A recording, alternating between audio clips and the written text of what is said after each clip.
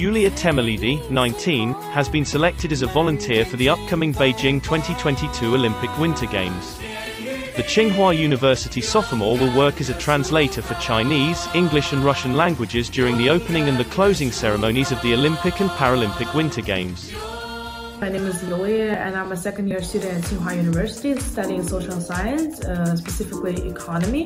And I'm from Russia and I'm a Winter Olympic volunteer right now because I'm really interested in the winter sports. The Winter Olympic Games are actually a huge event and it's going to be an honor to take part in this huge event, so I applied. Since from the 2015 when Beijing became the 2022 Winter Olympic city, I think everyone's more interested in winter sports, especially skiing, since it can be done outside and inside.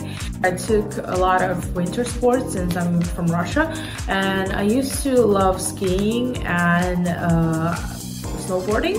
I've been to Nanshan a lot since it's one of the closest snowy places in Beijing. I went there a year ago, and last year, as far as I remember, there are a lot of Chinese people. So I think it's maybe the influence of the Winter Olympic Games, and Chinese people are actually trying to understand winter sports more. As for the Winter Olympic Games, I just wish it can be flown successfully, safe and excited. Yeah. 北京冬奥会我们准备好了。